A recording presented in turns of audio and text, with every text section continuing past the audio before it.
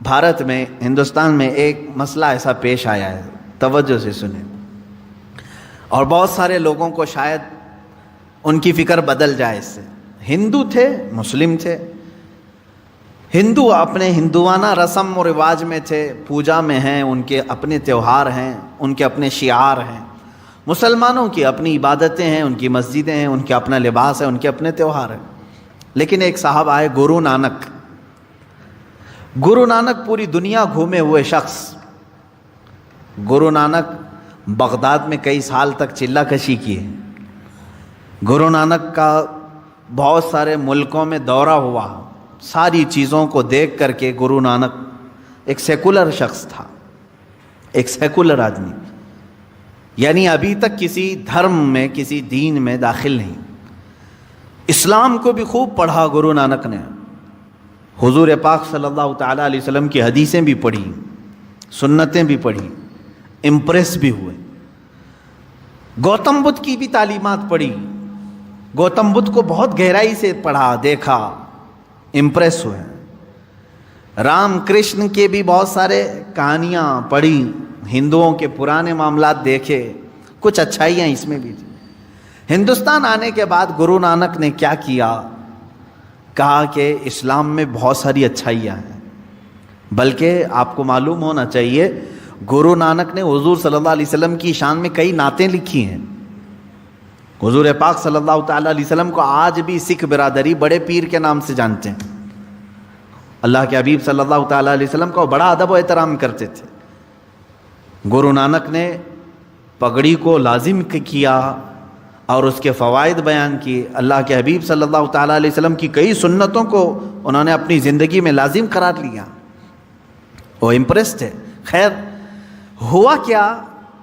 ایک سوچ یہ لے کر کے آئے، سارے دینوں کو ایک ہونا چاہیے، سارے لوگوں کو ایک ہو جانا چاہیے، ہندوؤں کو بھی، مسلمانوں کو بھی، بدھوں کو بھی، بدھسٹ جو ہیں ان سب کو ملا دینا چاہیے۔ تو انہوں نے دعوت دینا شروع کیا۔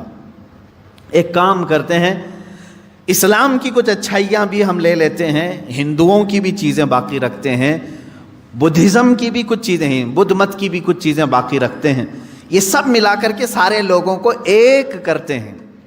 سوچا تو ٹھیک تھا اتحاد کے لیے، اس سوچ پر کام شروع کیا، لوگوں کو بلایا اور ایک لا ترتیب دیا، یہ اسلامی چیزیں، ہندو مت کی چیزیں، بدھ مت کی چیزیں سب جمع کیا۔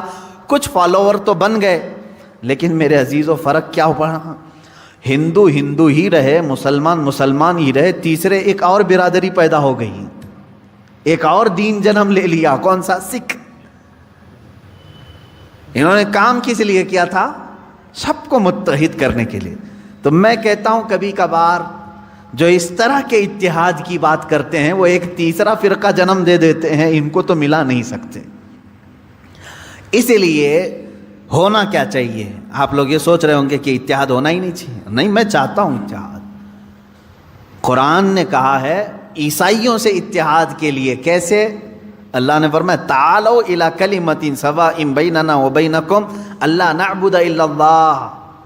اے رسول آپ ان کو بلا لیں، عیسائیوں کو، آ جاؤ، ایک پوائنٹ پہ ہم جمع ہو جاتے ہیں، ایک پوائنٹ پہ ہم جمع ہو جاتے ہیں جو تمہارے اور ہمارے درمیان ایک ہی ہے۔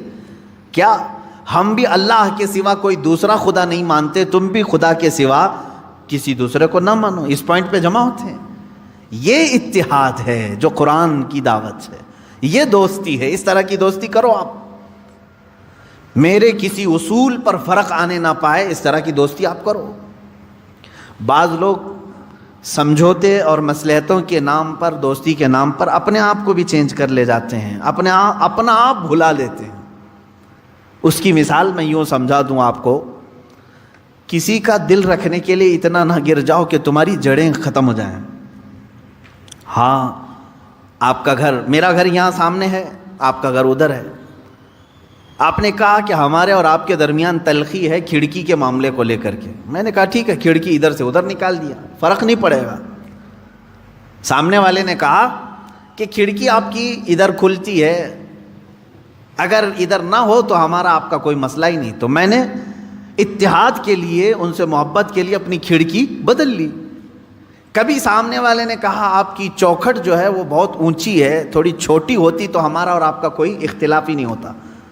میں نے کہا ٹھیک ہے، چوکھٹ میں چھوٹی کر لیتا ہوں تاکہ ان چیزوں سے فرق نہیں پڑتا میرے گھر پر، تھوڑی سی تبدیلی ہوگی۔ سامنے والے نے یہ کہا اگر آپ کے پائے سے جو ہے نا بڑا مسئلہ ہے میرے لیے، یہ پایا نکال دو تو ہمارا اور آپ کا اختلاف ہی ختم ہو۔ یہ کون سی بات ہوئی بھائی؟ یہ تو پائے کی بات کر رہا ہے، میرے گھر کے پائے کی بات کر رہا ہے کہ پایا آپ کا یہ نکال دو تو میرا اور آپ کا اختلاف ہی نہیں رہے گا۔